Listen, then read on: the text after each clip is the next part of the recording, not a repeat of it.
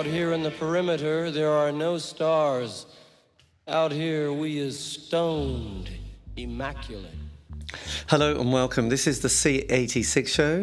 I'm David Eastaugh. As you know, we love a special guest. This week it's going to be the turn of Ronnie Golden, who was born Tony de Meur.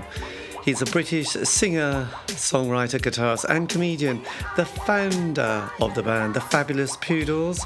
And after that, he worked with lots of different people and projects, including the comic strip, the Comedy Store, and was very involved with the alternative comedy circuit, and went on to have a musical collaboration with Barry Cryer. So you're going to find out more about Tony's life and much, much more. So after several minutes of interesting but casual chat, we get down to the exciting subject of the early formative years. Tony, it's over to you. Well, where do we go? Certainly Buddy Holly. Like I would have been 9 or something when I first heard Buddy Holly, and I'd never heard anything like it before. I mean, because we only had the kind of lame, kind of beige English versions of these rock and roll songs, and none of the session players they just didn't groove it. And so when you suddenly heard the Everly Brothers, I mean, Jesus, it was fantastic music. And then, of course, it moved on. And I would say that Bo Diddley was a massive influence on me. Right. I heard the Rolling Stones, but boy, when I heard Bo Diddley, it was like primal. It was coming from another planet. Yes. And did you, because I know I'm not sure what a year you were born, but I know people like Bowie and Lemmy, who were both born in 1967, 47, not 60. There was always people like Little Richard was their go-to, and Buddy Holly and Eddie Cochran and people like that. Yeah. Did you veer in those directions as well as Elvis Presley? Yeah, I did. I wasn't particularly a big Elvis fan to start because I was too young. And my sister had a 78 record of Love Me Tender. And I just thought, oh, this is really kind of soft old rubbish, you know. And then you turn it over and there's Any Way You Want Me, which is fantastic record.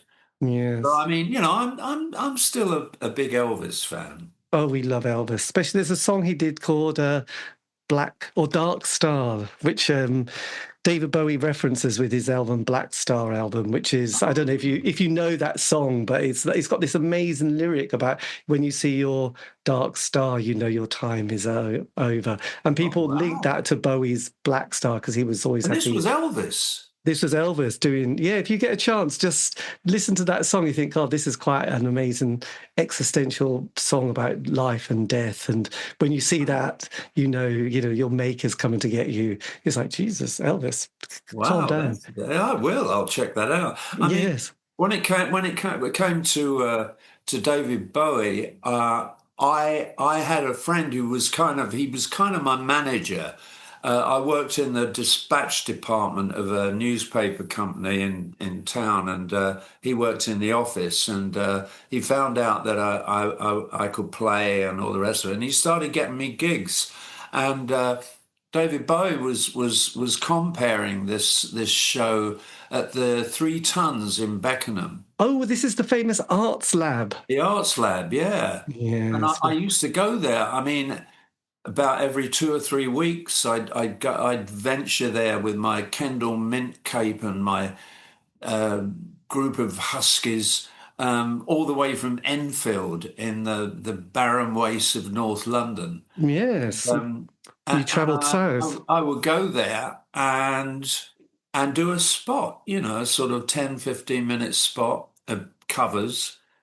And so was that about? Did you say it was about 67? It wasn't. It was 69. I knew Bowie between 69 and 71. Right. I used to open for him solo, you know, and he was great. He was a lovely guy. You know? So did you meet Hermione at this stage? Had you met John Hutchinson, who was his? No, I never met either of those. But his Angie was a big fan of this band I had at the time, which was called Ugly Room, and we weren't terribly good, but we were inspired by Captain Beefheart, and we had this kind of like this wayward saxophone player the whole thing would be we'd play one chord. I wrote a one chord song called "Song of Unrequited Love,"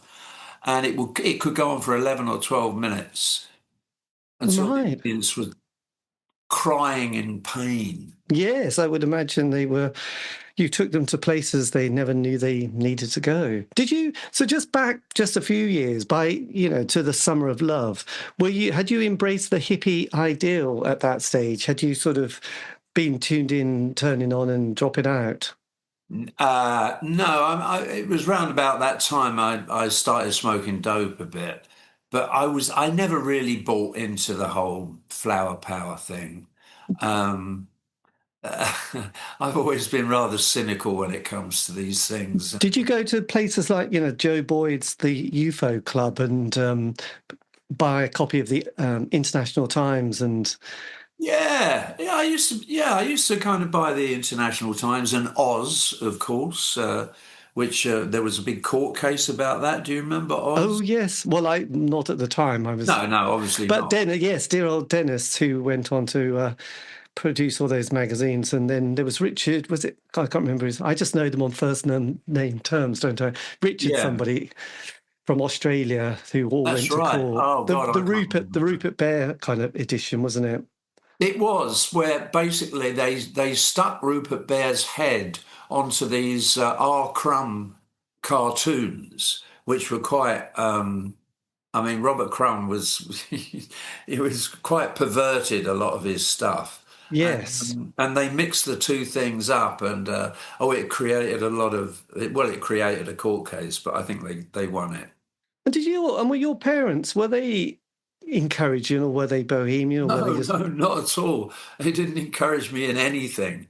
They tried to encourage me out of, these wayward clubs. I used to go to the Implosion at the Roundhouse on Sunday afternoons. I'd go to, they'd have all-nighters at the King's Cross Cinema. Right. I remember seeing the MC5 there in something like 1971, Blimey. and they were amazing. They're My one of God. they're a band that time has forgotten, and it's a real shame because I like the New York Dolls, but MC5 were just brilliant. Yes. And because you had your interests and love of blues, did you also get into kind of jazz and reading Jack Kerouac's On the Road and getting sort of tuned into, the bebop generation? Yeah, Bebop. I did get into a lot of that stuff. Yeah, but at the Yes. same time, I kind of liked it and I enjoyed it, but I never really felt a part of it particularly. As is the same with punk rock. I mean, we got swept along with it, but we were never punk rock. We were never anywhere close to it. We were more like sort of Cheap Trick and those kind of bands. We put on a show and we enjoyed doing that. Yes. So when you got to 16, what year was this? Was this still the 60s, or was that the 70s you were leaving school? Well, no, I'm actually a year younger than David Bowie. So, I was born in 48 and he was born in Right. 7.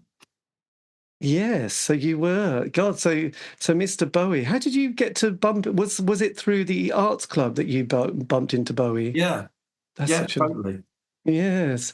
And what was his kind of... Because I remember there were some very quirky bands around that time. Like there was the Incredible String Band, but there was another band called Comus, who not many people know about. I'm But glad you mentioned Comus because I used to love them. because there was a guy called Glenn, somebody in the band who again lives in the East Anglian region, who then went into sort of doing lots of incredible things artistically. And I did bump into him once, and he said, "Yeah, Bowie used to come and really like hanging out with us and watching yeah. us play." I mean, he was incredibly friendly, and there was a feeling around at the time that poor old Dave, he's kind of missed the boat. He's tried everything, he's tried like black R&B when he was 15, 16. Then he moved on and he worked with Lindsay Kemp and Mime and did all this stuff, and we kind of thought, oh, it's a shame he's going to miss the boat, and then suddenly. Well, it wasn't suddenly. I think he had his eye on the prize all the time, and he was waiting for his moment, and he found it. Yes. And what was Angie like when you met her? Because that must have been quite a different personality to most English people. Yeah, she was quite a brash American woman. I quite liked her. And one of the main reasons I liked her is because she loved my band, Ugly Room. And she got us on at the Star in Croydon opening for Bowie, Bowie's Hype, as it was known at the time. Oh, where he was with Tony. Tony Visconti was playing bass. And John Cambridge was on drums, I believe. Yeah. And that's when they all dressed up with sort of interesting outfits. And I did interview a guy who was in a band called, I think they were called something Parliament, or he was the sound engine. He was a musician who became the sound engineer for Ziggy Stardust. I remember he got tapped on the shoulder by Angie saying, look, you can create a great sound.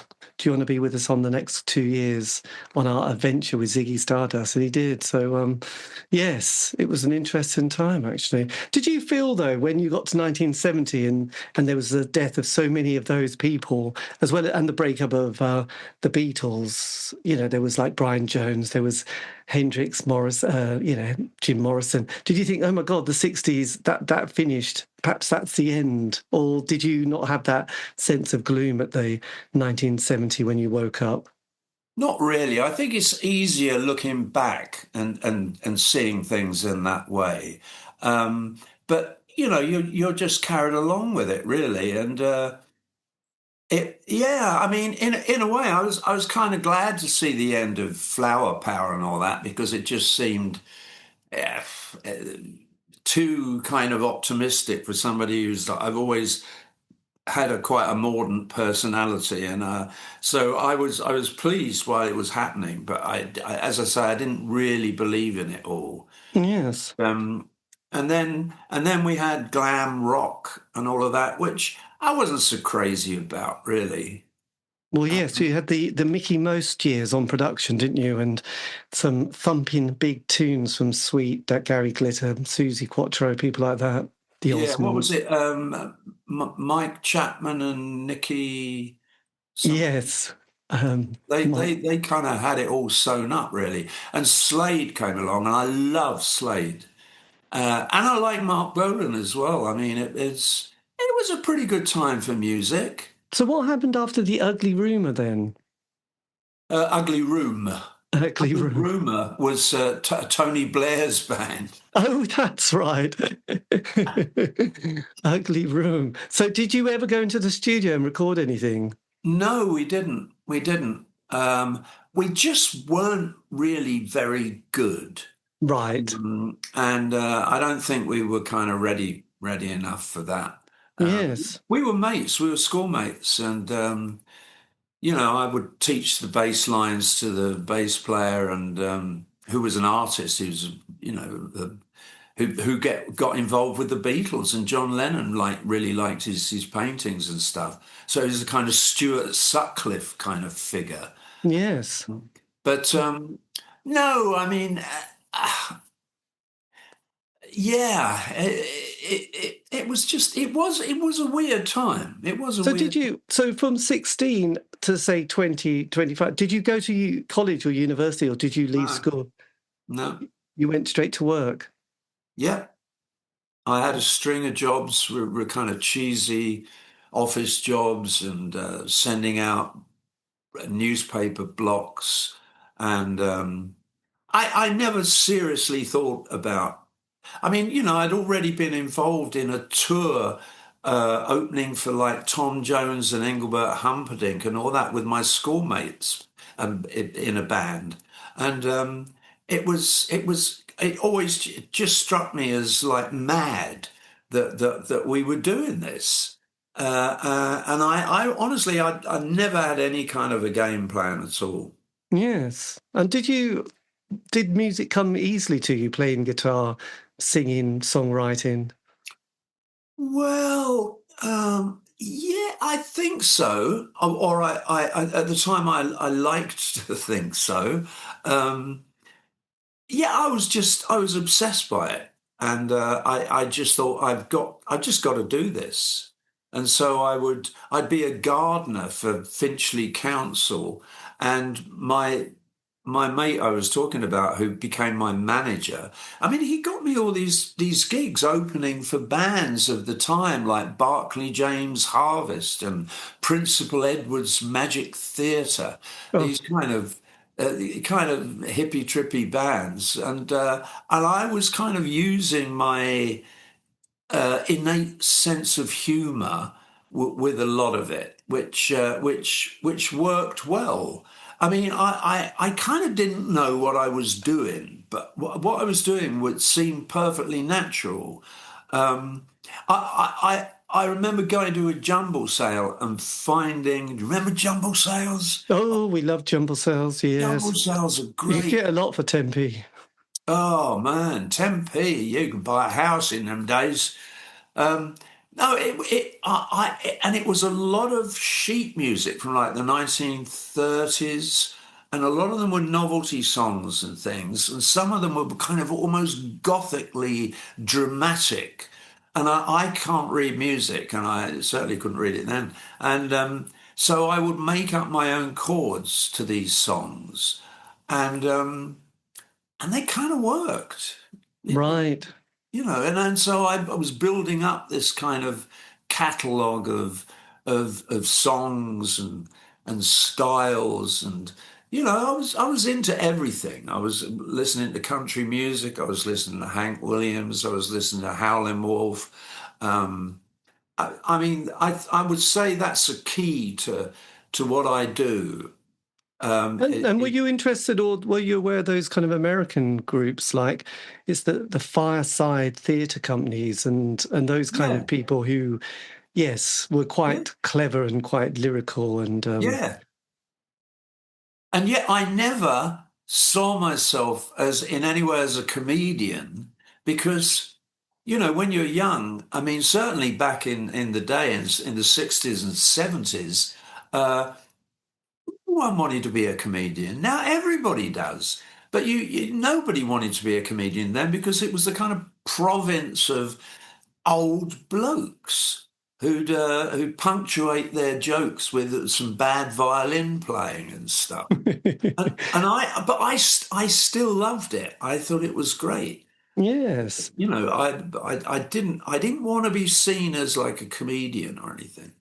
So then, so by the mid 70s, then we had glam, but we also had that punk, no, not punk, but that punky sort of vibe. We had Richard Strange and the Doctors of Madness, and Right. Dr. Feelgood, and Martin Newell was around. So there was sort of some quite interesting characters. Did you Yeah. start to sort of get kind of excited of what was slowly happening on the music front at that point? Yeah, I did. I loved pub rock. And when Fabulous Poodles really started, we were just called Poodles then. Um, we used to play the whole pub rock circuit, and it was very good. It was very good for a lot of bands who were young and uh, not terribly professional. You just learn a lot from it. We'd be playing the Red Cow in Hammersmith on Thursday, and the following Thursday there'd be the 101ers with Joe Strummer. And Right.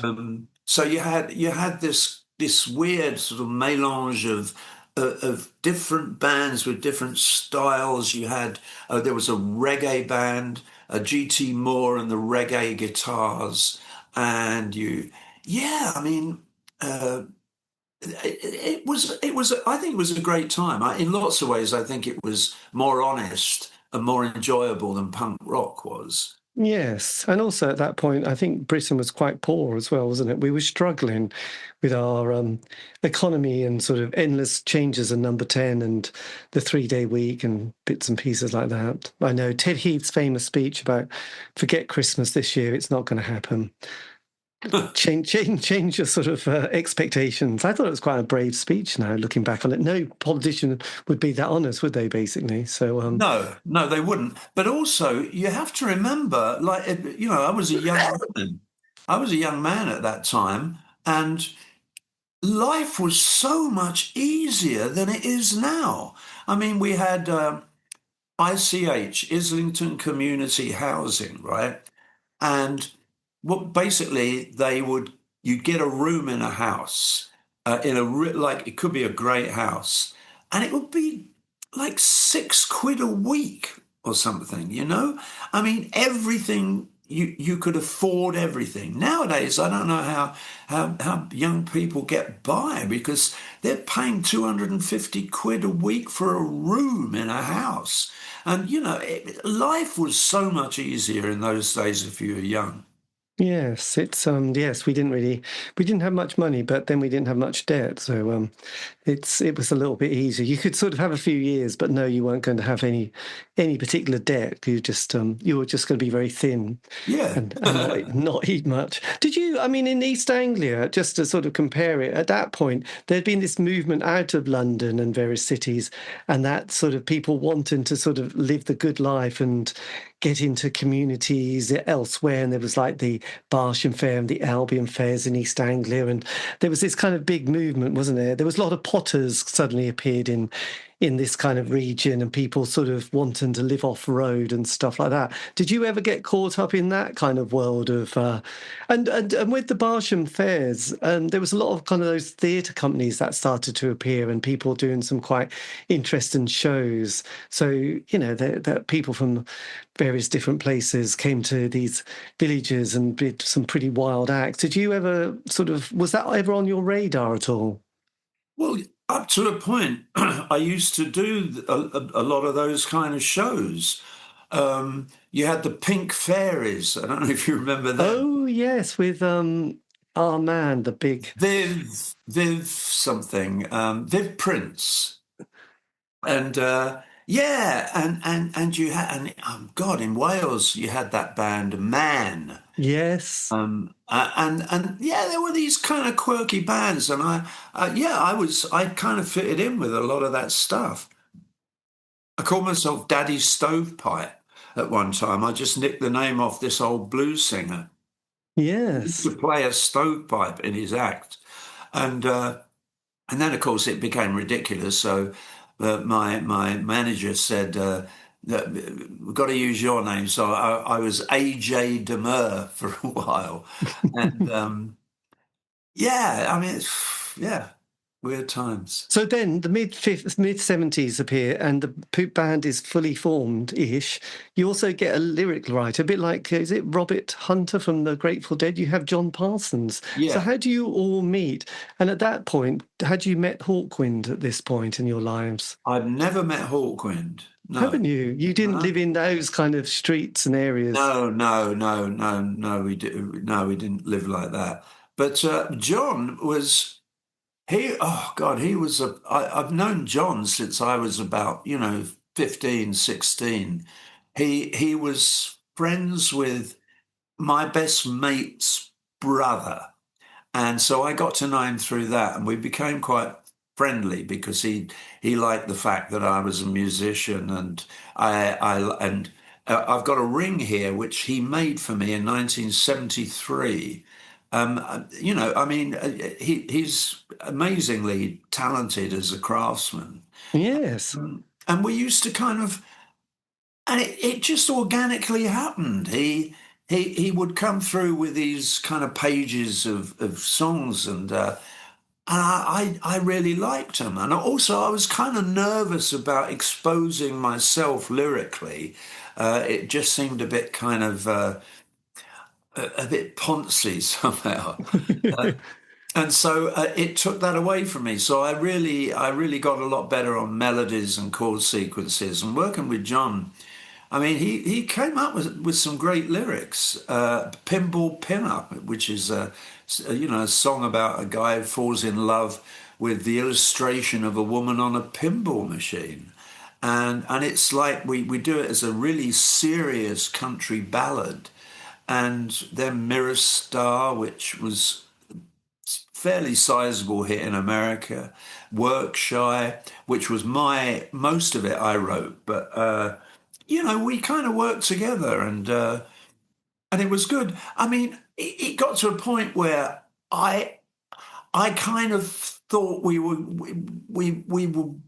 leaning too much to the lyrics, whereas most of my favorite rock and roll music is it's all about nonsense lyrics and just fire and really kind of getting things going. It doesn't have to be meaningful or anything. No, You know what I abstract. mean? Yes. And did you get a manager at this stage? Were you sort of... Yeah, we got a manager. Oh God, therein lies a story. We were on the old grey whistle test, which of course was probably the only music show apart from Top of the Pops in the late '70s, and this guy Brian Lane, who looked after Rick Wakeman and Yes and all the kind of bands we were violently opposed to. Um, he saw us and got in touch, and he just liked us. He thought we had something, and through him, we got to do 2 3 month tours of the States, opening for Tom Petty and Jay Giles. 3 dates with the Ramones, Sha Na Na, who had a big TV show at the time. I mean, yeah, I mean, but then, of course, I got shafted at the end of it. I mean, I had to be selling my gear, selling guitars and things because it was all taken away. Right. On that, because of not paying the bills or because of Well, no, just... just naked theft, really. Right. Even worse. God, Jesus. So many people. I know there's been some heartbreaking stories, I know. Yes, but sometimes it's the lack of anybody ever paying any bills and then suddenly getting presented with a massive check at the end and thinking, well, to pay bill, yes. He was an old school manager from like the 50s, and he was still trying to keep his hand in the game, and so he had that kind of that sensibility that everyone ripped everybody off. It was payola time. It was all of that. But in lots of ways, I don't regret it because I had some adventures out of it. It was great. I mean, we were treated as a complete joke over here by the music press, which is very cynical, or was at the time. Yes. And what were we doing? Well, I was dressing up in gold lame, and then Bobby Valentino was he was like coming on like a young Clark Gable. We settled on certain kinds of characters, and Yes. and that kind of didn't. It was the time of the Gang of Four, and What about why? Death School in Liverpool? Were they... Clive Langer and his bunch, were they on your... Did you sort of come across that Yeah. scene? I think in lots of ways we were much more art rock than we Yes. were anything else. I was into kind of like John Parsons used to make these little kind of dog do earrings with little clips on. Then we throw them out to the audience, and the whole thing was just like I love the wildness of just doing things that, or auctioning poodle wallpaper from the stage, and I just thought I just enjoyed that kind of madness. And were you big on the university circuit? Yeah, Was that so when you kind of were there sort of thinking, oh, let's go and see Peter's friends, and you just happened to be sort of chomping on your popcorn, did you vaguely choke when suddenly, I think it was either Kenneth Branagh or... No, is it Branagh? Or Stephen Fry went, oh, the Fabulous Poodles. And you went, oh, what? Did they come and see us once? Were you aware of that scene? Not really, but it's interesting you bring that up because uh, there was a guy, a British guy who I think he married Rita Rudner, the comedian, very good American comedian. And for some reason, our paths crossed, and he said, "Oh my God, we all used to love the Poodles. You know, we was and we were doing Cambridge, and we tried to get out of this gig because we were recording our first album, and it's expensive studio time, you know, and they wouldn't let us. So we said, look, please, can we get there as late as possible because." You know, we're losing time in the studio, and they agreed. So anyway, by the time we turn up, um, the footlights lot have been on, and they've been slaughtered by all our fans, and Jimmy Mulville. I don't know if you know him. He started. I think it was Talk Back, one of the Right. big comedy companies. And he came up to me and he said, I don't know if you remember, there was a night when you turned up really late and you screwed the gig for us. And I said, well, no. I mean, we said we would be late. And he said, yeah, well, they're throwing things at us and all the rest of it. And I thought, well, of course they were. You're a bunch of toffs with fucking bow ties, you know, and not worn in irony either. Right. And this guy, and so we were, yeah, we were quite influential and kind of, yeah, universities loved us. Yes, there you go. Because you did hit some big hits, you know, like you had John Entwistle produce your first album, and then Muff Winwood did your second. So you were really, you were given a lot of cash, well, you know, advance to do these albums. So they must have had a lot of faith in the band. And and Hypnosis did the album cover as well, didn't they, on the second one? Yeah, yeah. Yeah. Which member of Hypnosis did work with you on that? Well, they kind of went their own way. I mean, I wasn't crazy about the idea of getting Hypnosis. I thought that they were like Yes and Pink Floyd and that kind of thing, which we didn't really want to be associated with, only because we were doing something very different. And a lot of our stuff was like 1950s related cartoons and I, you know, I still love that stuff to this day. And I just found a lot of it was very pretentious. And what happened was Thorgerson, who was the boss man, he had this big kind of portfolio of these ideas, and you'd flick through it and say, which one do you want? And so you'd already got the idea of Right. Yes. and we kind of went, sod it, let's go with it, you know. Yes. And what were the two people, John Entwistle and Muff? How were they? How was that atmosphere? Did they? You know, what was the atmosphere they created? They were both quite different. I mean, it's weird. I mean, I'm writing a memoir at the moment, and have been for the last 2 3 years. You know, it's just trying to finish it. But you know, I'm looking back on that time and thinking, wow, you know, The Who were my band. I go and see The Who anywhere. I loved them. I thought they were just brilliant. And suddenly we've got John Entwistle, who's producing our record. And at that time, it was like, yeah, well, yeah, okay. And now I look back and I think, wow, I should have been so much more reverential. But he wouldn't have liked that anyway, I don't think. No, and I guess it was normal. It was probably not something that you thought that was so. Yes. And what was Muff like? Muff was good.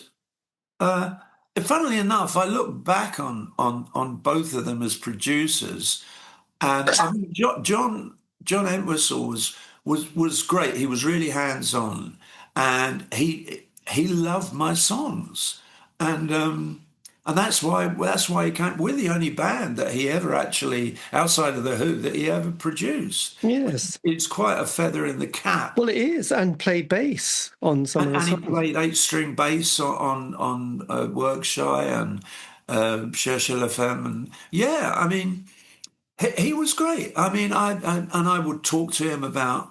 I said, "Oh, John, do you remember that gig you did at the Savile Theatre, which Brian Epstein used to take it over on Sundays and put bands on?"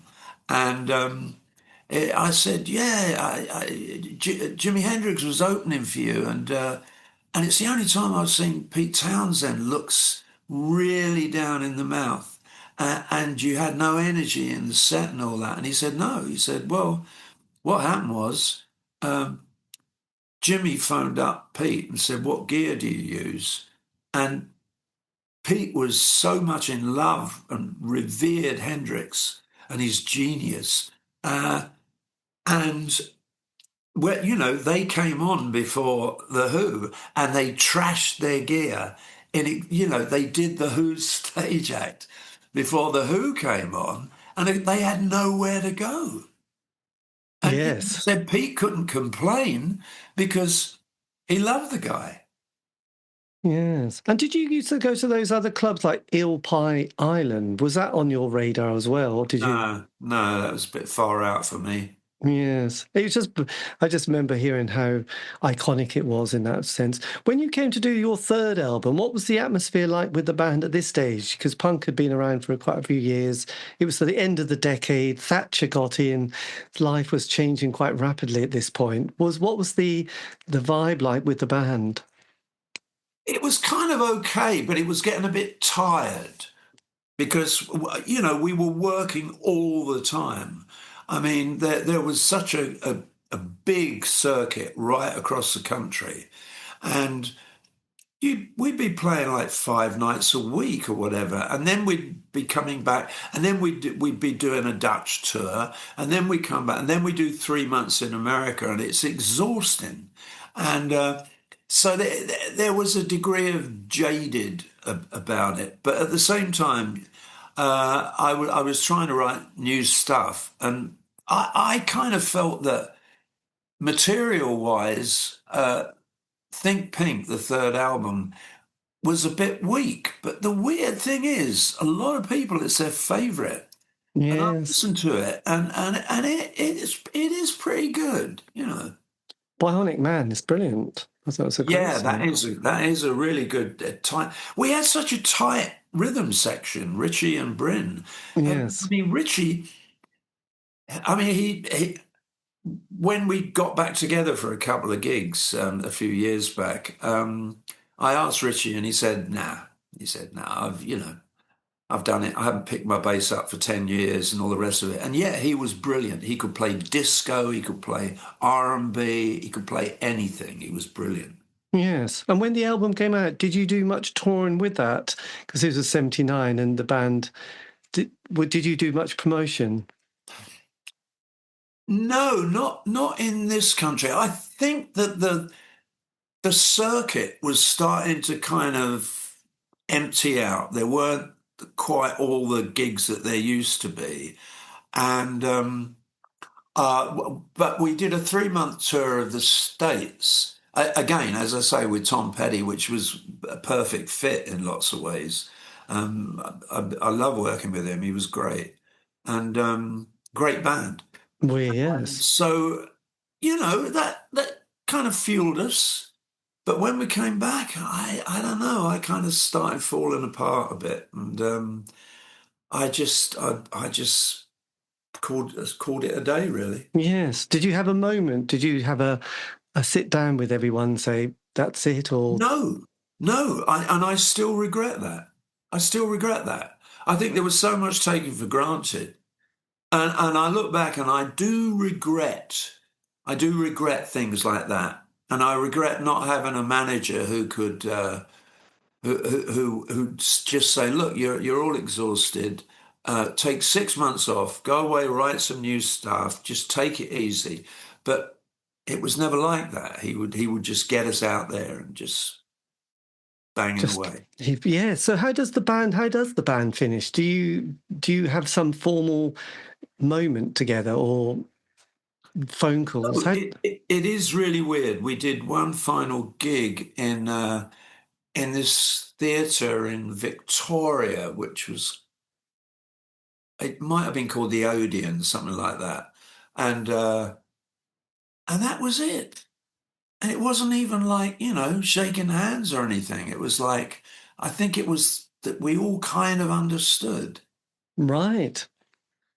So before the gig, you didn't all go, right, this is it, lads, this is the No. end. Not that I remember. Not that God, I that's so remember. strange, isn't it? Yeah, it's always weird, how sometimes it's just like people just stop phoning each other and just that's it. So then the 80s is here, an interesting decade. And how do you then navigate it? Because you spent sort of almost one decade focused quite a bit on this band and 3 albums. Then the 80s, you're solo, you're wandering the streets.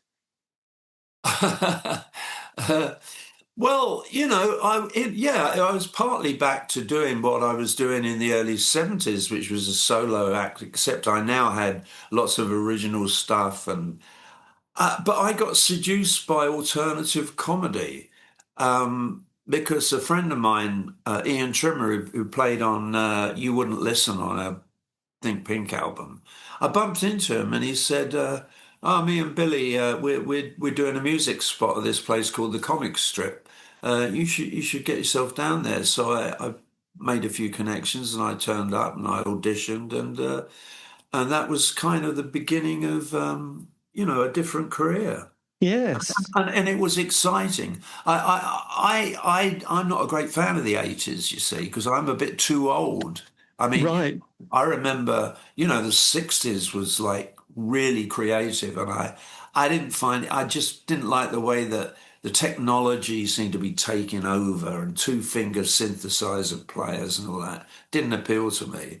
Um, and But yeah, I still like the black music coming out. I still like George Clinton and all that stuff, Cameo and Prince. I mean, my God. Well, yes. I mean, and the early years of Michael Jackson as well. But there was Yeah, also a lot of British bands like Lynx. There was a band called Lynx, I remember, yeah, and yeah, yeah. Shack Attack and David such. Grant.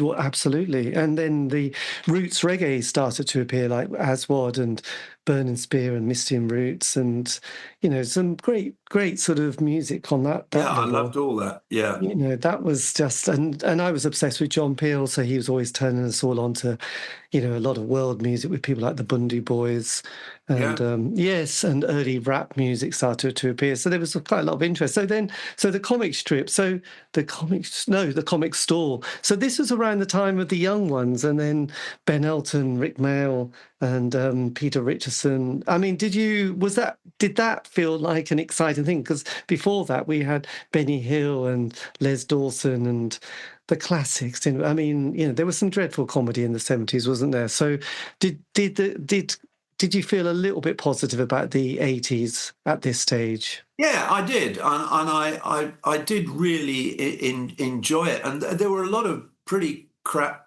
comedians around, even on the alternative circuit. But it was exciting. It was kind of punk rock again.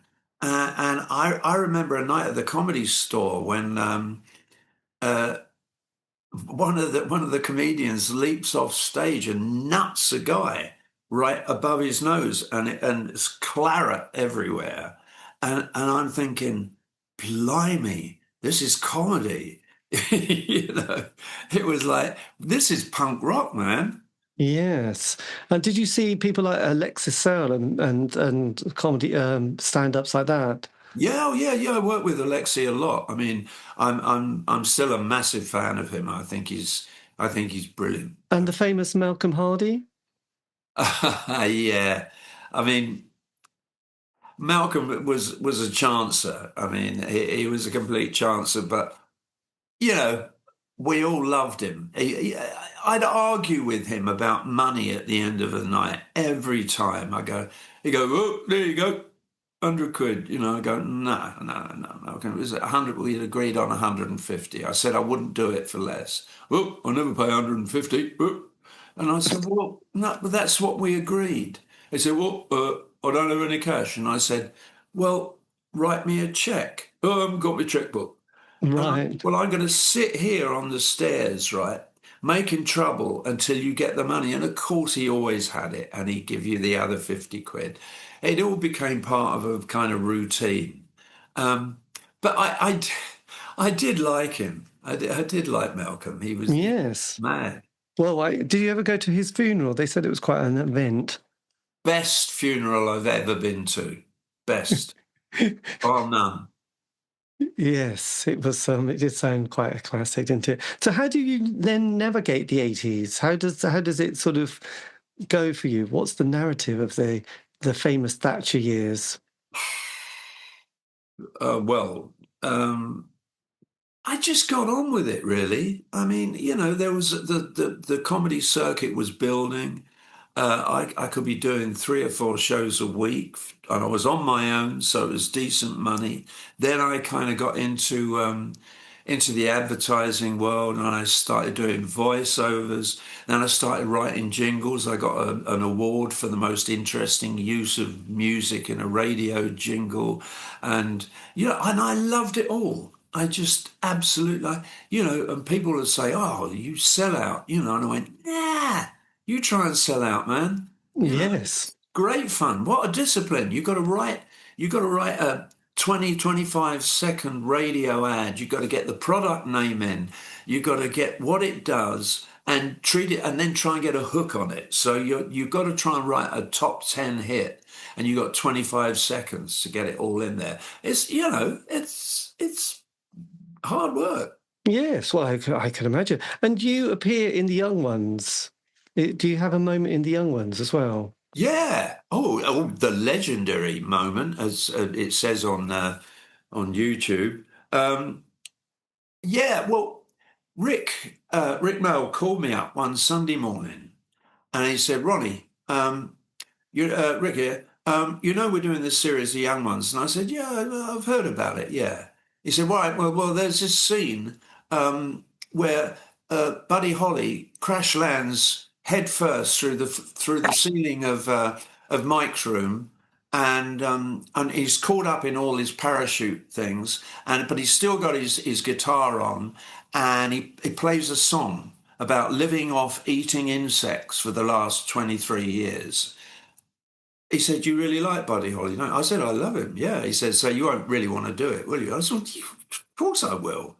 And it has become quite legendary. That, I mean, loads of people just still talk about it. Yes, it's a massive one actually, and also because there was probably kind of quality control during that period. Did you see? Because there was one person who had the block of ice who I've done an interview with, and another guy who had a sort of show where he just had records that he smashed up on stage. Woody Bop Muddy was his name. Right, Woody Bop Muddy, and he would take out these albums and he would nail them to this board. I mean, it was the most stupid kind of inspired, I suppose, act. But it always got to me because I've always been a collector of vinyl. And I thought, oh, no, don't do that. Yes. But yeah, so he had this. You had a lot of bizarre acts at that time. You had, you had him, and you had the Iceman, who basically stood there while this block of ice was melting. You had Andrew Bailey, who did a character called Podomovsky, who's like a kind of Russian clown, and was just, I mean, he was either the funniest thing you'd ever seen in your life, and then 2 minutes later, the most excruciatingly terrible. He had no kind of barometer, no comedic barometer. He would just do whatever he felt like.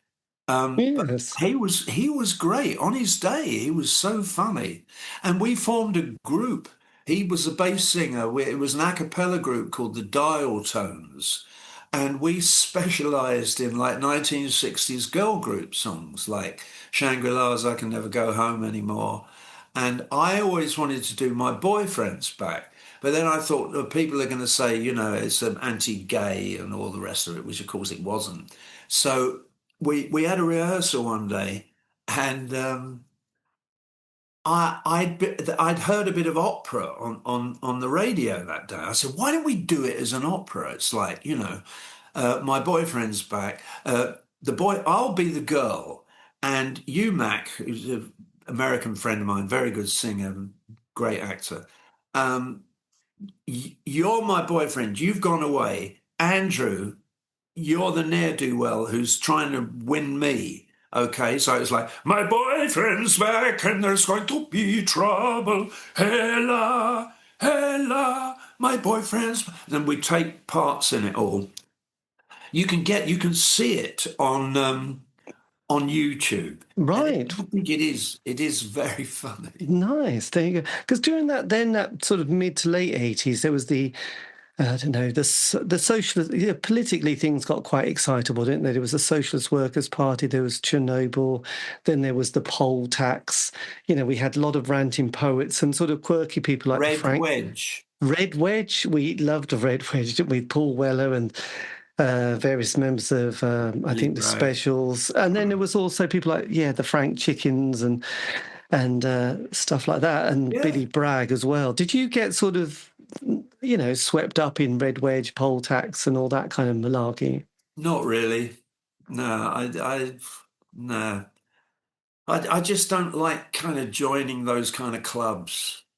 Again, it's like flower power. It's like everything. Just enjoy it for what it is, but don't take it too seriously. Yes. Well, yes, it's. I think join it at the weekends, but don't overdo it during the week. But then, how do you? What the '90s, the John Major New Labour years? What's that like for you? On a creative level. It's really hard to kind of look back on that. I mean, professionally, I was getting back into music, and I formed a six-piece band called Ronnie and the Rex, and it was like me on guitar and vocals, bass player who used to double on tuba. We had a Hammond drummer, and we had trumpet and tenor sax. And we did a lot of 60s soul covers and obscure ones. And we dip in and out. We might do the odd country song. And I had a good few originals in there as well. And it was a great band, really brilliant band. And again, we made one CD and that was it, really. Right. Ronnie, that was the end of that one, actually. Were you still, when did you start working with Barry Cryer then? When do you and Barry meet and collaborate? I think it was 2000 or maybe 2001. Right. It's funny because I was doing a series of shows for Radio 2 with Ronnie and the Rex, and I had to write at least one, maybe two new songs for the show, and I was always really late and dragging my heels. And in the days when they sent you a car, it were long gone. And I'd be sitting in the back feverishly trying to finish this song, and my mobile went off, and it was like, "Hello, is that Ronnie Golden? Yeah, it's Barry Cryer here." And I went, "Oh, I'd met him briefly once." I said, "Barry, wow, what are you doing calling me up?" And he said, "I've been offered a week during the Edinburgh Festival. Somebody's dropped out, and I fancy doing some musical stuff, and I was listening to your CD because his daughter did a duet on one of my songs on the CD. And he said, I thought it sounded really good and you come highly recommended. Do you fancy getting together and having a chat?" So we got together and we just really hit it off. And he loved it.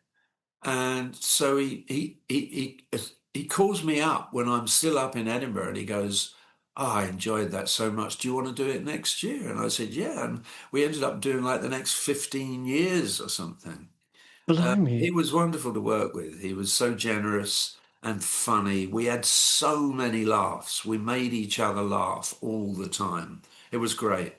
And were you always doing a different show for each of those kind of years? No, we kind of faked it a bit. We'd have the solid gold opener and the solid gold at the end of it, which was a song called Peace and Quiet, which which was John Dowie, the friend of mine. It was his idea. He was directing a show we did, and he said, "Well, I've had this idea. You do a song called Peace and Quiet, and the only joke is it gets louder and louder until you're screaming at the end."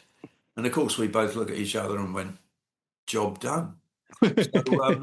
So that became the big ending, and people would have been so unhappy if we hadn't done it. And we write, like, 4 or 5 new bits and pieces for the show, but yeah, it was fun. And did you mention that you had a reunion with the Poodles during the 90s or the O years? Did you ever have any Oh, more? that was that. No, that was only 5 years ago. Did you? Yeah. No, we did. We didn't do anything before then, and that Right. was 2 gigs. So what happened 5 years ago? God, I missed this. No, it was the Cherry Red thing. Right. When they released the box set. Yeah. My God. Did that take much putting that production together? Yeah, it did. It rapidly became obvious to me that it was all a mistake, because Richie, first of all, said he pulled out the bass player. So I got Richard, a bass player from Ronnie and the Rex. And then Bryn, the drummer, said, "Look, I'm not really up to, I'm not match fit.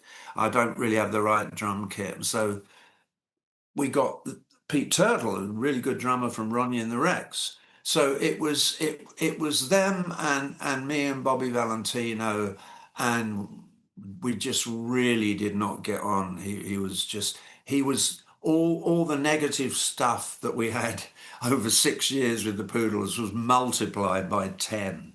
It was awful, and I really regret doing it.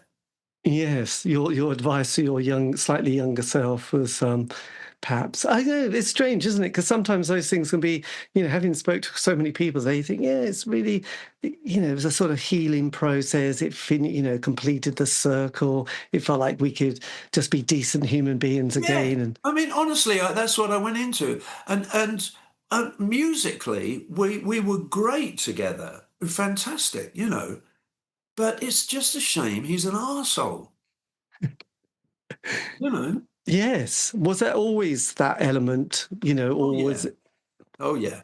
right? He did something. He did something which I can't say. He's such a litigious person. He'll find out about this. Yes, so Something unlawful, and I will not take it any further. But certainly would never work with him again. new. So yeah, oh, it's such a shame actually. It is a shame. I really regret it. Yeah, But, and I should have known that. That's what he is. yes. But did the Cherry Red collection, did that feel like a nice project to have done, which was probably Yeah, and that all sort of came along. And do you sort of find people still, like new fans as well as old fans yeah, contacting you? yeah. And also, on the 2 gigs that we did one in Bath, tied in with the Bath Comedy Festival, and I organised that, and that was packed. And Bob, Mr. Vassalino, he was supposed to be looking after the London one, and he just hadn't done his homework, and we lost a lot of money on it, a lot of money. But people would turn up who were our original fans with their kids, and their kids would come up to me and say, "I think your songs are really interesting. They're great, great lyrics, great, great riffs and all the rest of it." So, I mean, it's a shame because I actually think that, if I could work with him, it could re-energize the whole thing. I mean, so we're a different kind of band, and I think in some ways we'd kind of fit in the musical climate. Yes. Well, I Just think a shame. it is quite interesting, but I think people are so curious now. I don't know, with the passing of time and also the COVID years, and now what I've noticed, especially for my decade, which is mostly the 80s, really indie pop, was that things that happened then, you move on and everyone just goes, yeah, that's fine. We need to get our lives together, get a house, do all that kind of malarkey. But now, looking back, people can have a bit more time, and everyone's written their memoirs. There's exhibitions, there's films. There's a sort of chance to reflect on it, not necessarily with rose-tinted sunglasses, but just think, actually, some of that music was much better than I remember. Or for what I've experienced is looking at bands that I missed the first time that I've listened to and thought, oh, God, actually, that's quite good. And you mentioned synthesized pop, and I completely dismissed it all at the time, but I've kind of become a little bit less uptight, just slightly. And some of it I quite like. And I think, yeah, I wish I'd enjoyed it a bit more and not being such a uptight, angsty. I know. I totally agree with you. And I kind of feel the same way. Like I disowned a lot of the hippie stuff, like Jethro Tull and all that. And then I'll hear Living in the Past on the radio and I go, wow, what a great song. What a brilliant record. Or The Human League, again, who somehow has summed up everything that I hated about the 80s and the music. And I go, God, this is such a good song. Yes. I Yeah, think also it's interesting because when you listen to Ian Anderson talking from Jethro Tull or the guy from Human League, Phil Oakley, actually they were taking it all very seriously. At the time you thought tossers or possibly tossers or something like that, yeah, or they're just there, it's just a gimmick, he's not really into it. But you were like, actually you really were into like Mark Arman with Soft Cell or the guys from Depeche Mode. You think, actually you were into it as much as any musician's going to be into it, and you're still into it. And that wasn't just a little fad for 2 minutes and you got the girls and then that was it, you disappeared. You were really serious. I mean, there were some manufactured bands, but all the others were just really, that was their life, and it's been their life ever since. So yeah. yeah, and you think you did write some classic songs, and you didn't bore us. You got to the chorus. And that's right. It's all about editing, isn't it? On lyric writing. Well, Phil, oh God. Phil Oakley. No, the comedian, Phil Buzzcock's program. Oh yes, Bloody mate of mine, and the name just goes. a good friend. Anyway, he had his own radio show on a morning show on Six Music, and he asked me to guest on it. And he said something kind of interesting. He said, you know, all the best bands don't see it as a career. That they just have this surge where they're of creativity and energy and everything, and then they leave it.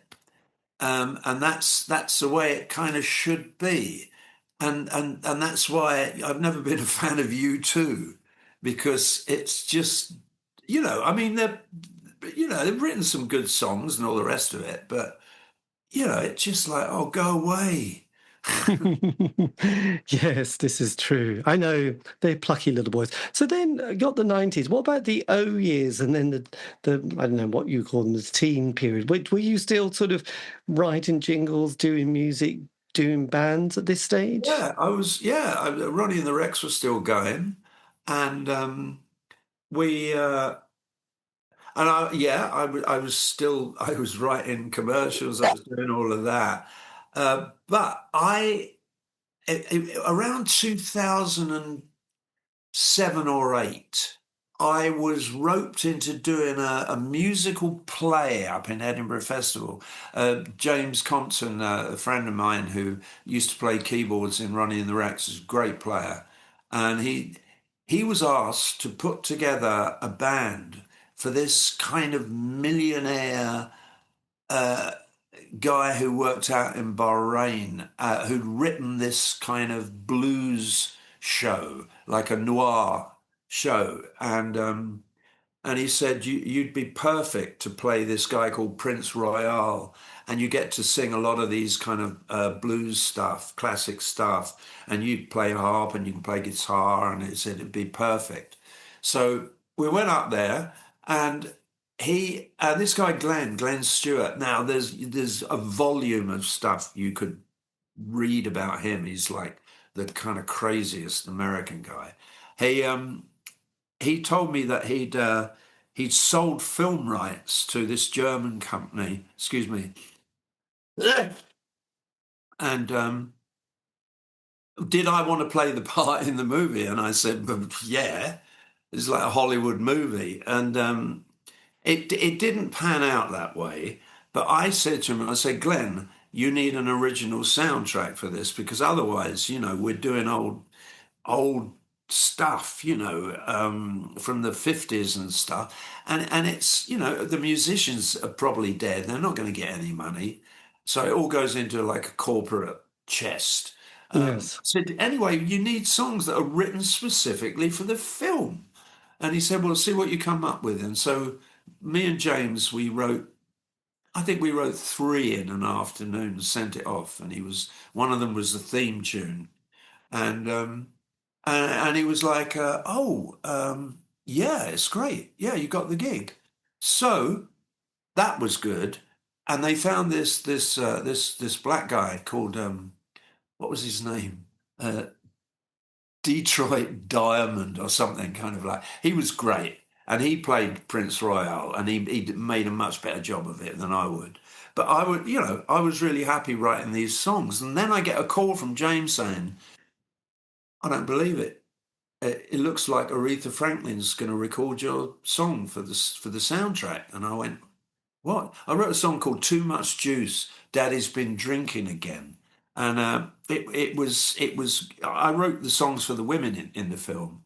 And this woman's, pissed off with her old man coming back all hours, pissed out of his head, And so I wrote this song, and I honestly, I didn't think that much of it. I didn't even bother to write a middle 8 or anything. It's 3 verses. And anyway, everybody loved it. And I get flown out. We're doing an outdoor thing outside Hugh Hefner's house in LA. Nice. No, in Vegas. And we're playing around the pool. And I spoke to George, this African American MD, lovely guy, and I said, "What's happening with Aretha?" And he said, "Oh, she's been such a pain. She wants all the best players to be flown first class hotel. We can't afford it, And I went, "Oh no." He said, "We got Chaka Khan." I said, "Better." Because Chaka Khan has addiction problems, alcohol, and everything, and she's brilliant.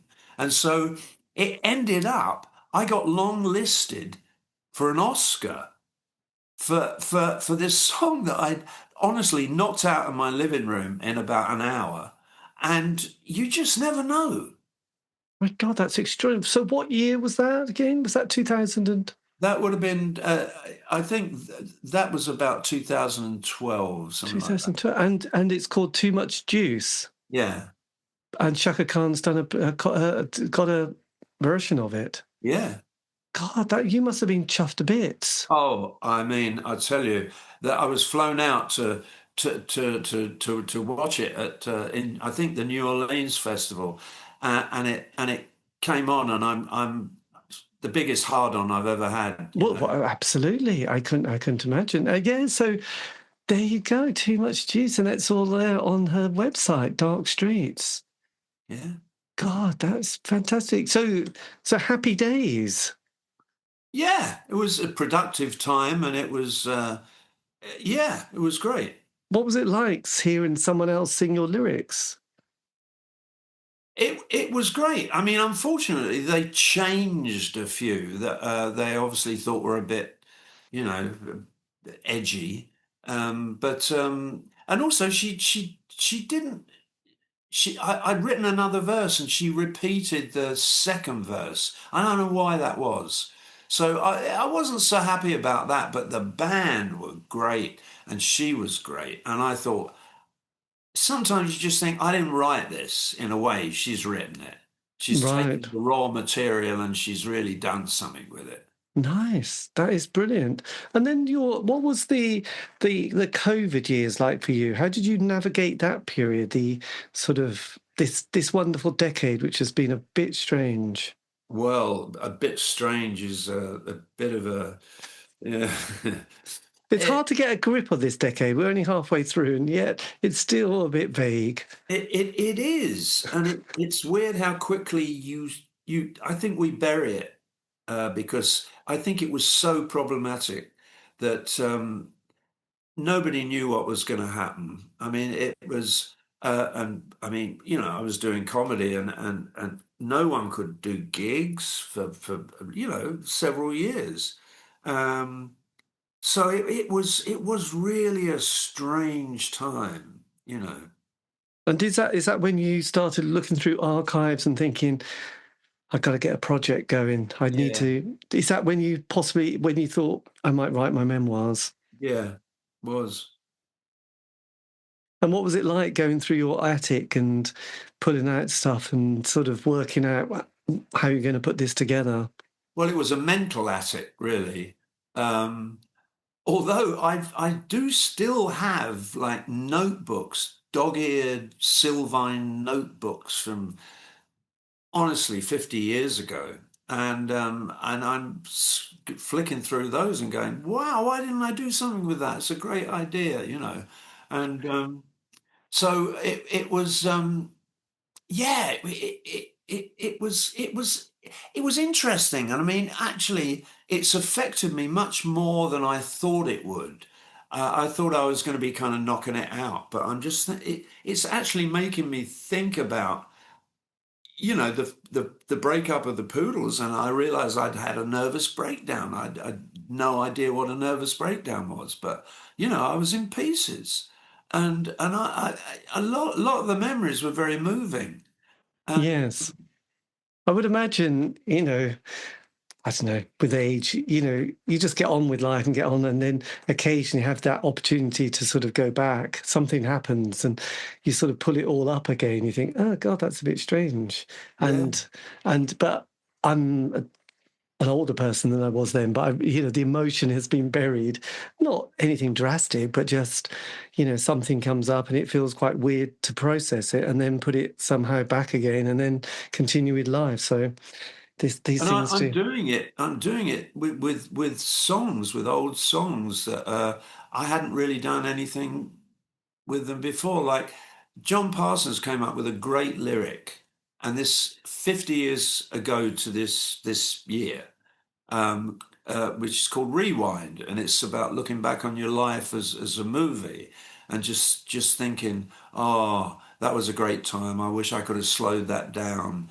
And just had a look at it better and appreciated it. And then you remember the shit times. You go, oh, we fast forward, and it's a great lyric. And I wrote some of the best music to that song, and I've kind of re-energized it. A dear friend of mine, Steve Brown, who I worked with a number of times, who'd written musicals and all that kind of stuff.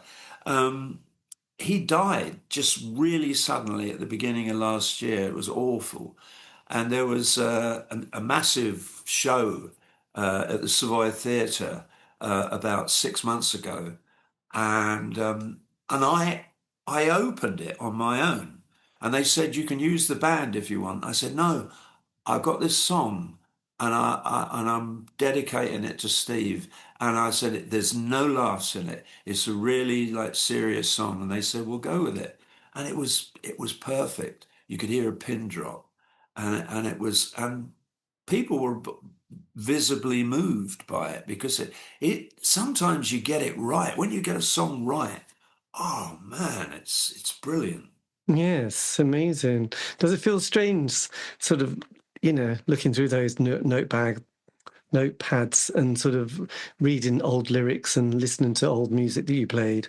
And looking at old writing, looking at, writing when I was in my 20s and 30s, my hand is slightly different, the handwriting. Uh, Right, yes. So and when do you have some date for completion on the project? I don't, which in a way is a problem because I'm making notes all the time, but I really need to get down and put it all together properly. Yes. I'm going to do that with a friend who's used to working with books. At the moment, it's full of just essays, really. So I've got to find a way of linking it all together. And have you found your writer's voice, right, putting this together? Have you got the kind of the way you want it to sound? I don't know. That's one of the things that I'm kind of not sure about. I mean, I'm a good writer and I'm quite a clever writer, but I don't want it to be too much like that. I was talking to John Cooper Clarke, who's a very old friend of mine, and he brought his autobiography out.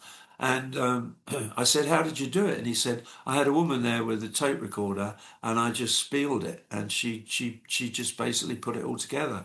So maybe I should be looking at more of, finding a natural voice rather than clever words.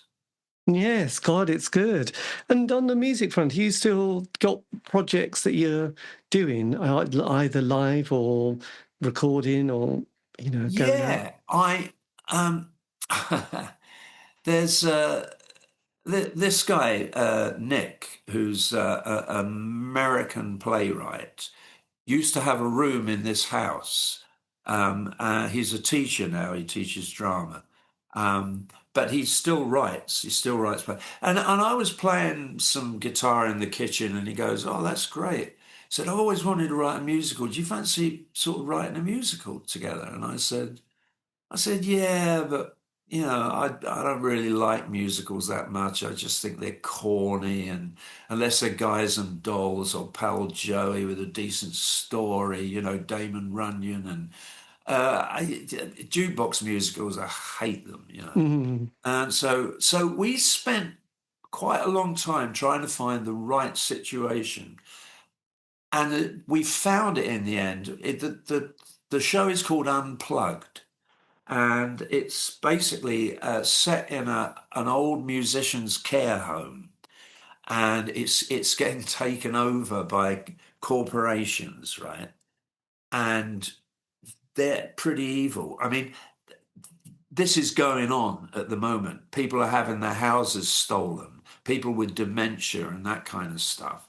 And so there is a degree of darkness in the whole thing. But also, I've been writing loads of songs for it. And Unplugged is about somebody who's just had enough. And it's just like, unplug me.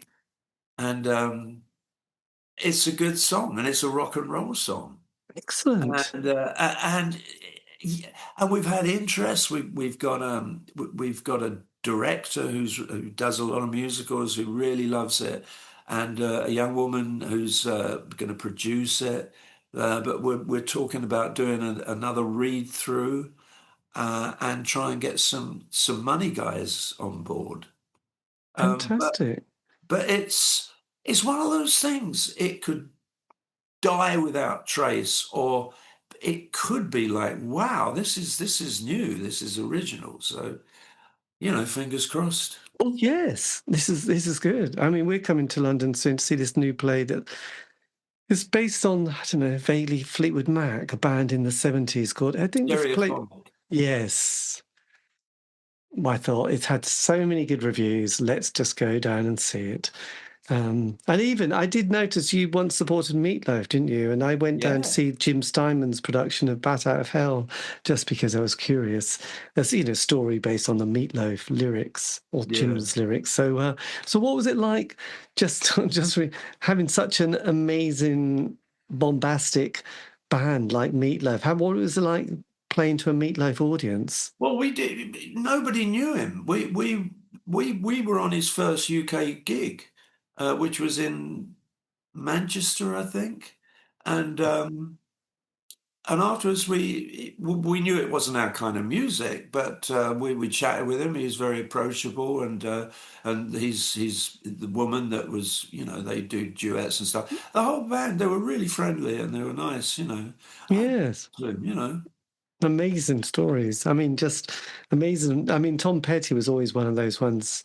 I just loved a lot of his, especially his 90s work. He did one called, I think, Wildflowers or something like that. It's such a great yeah. album.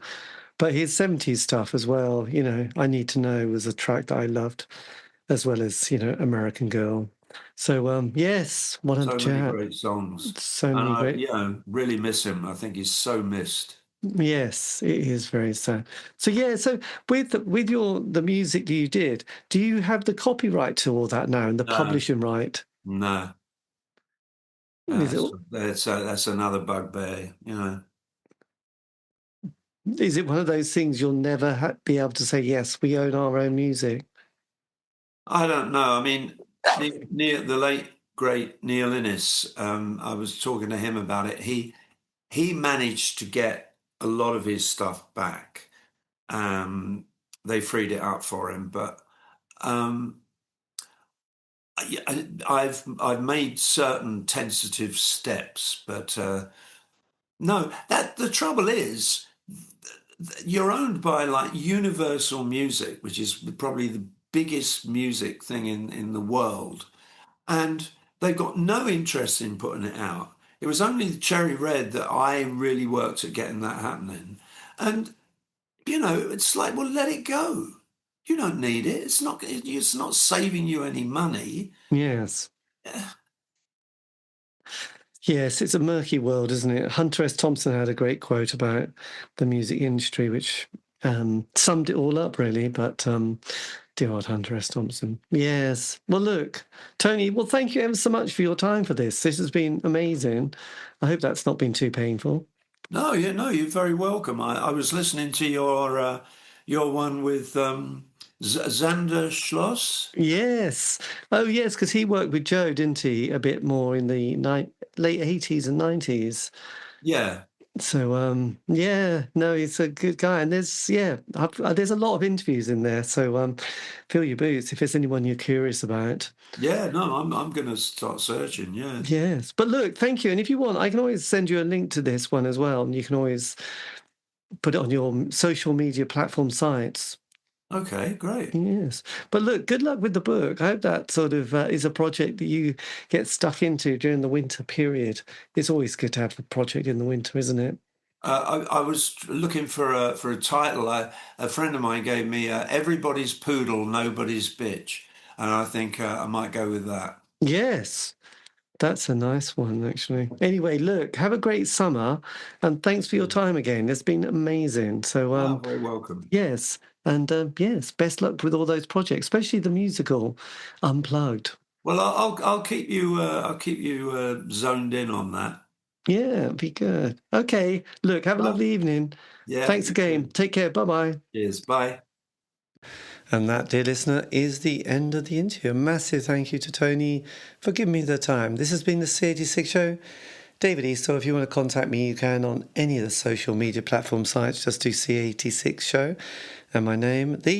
All these interviews have been archived on Spotify, iTunes, Podbean. Have a great week. Stay safe.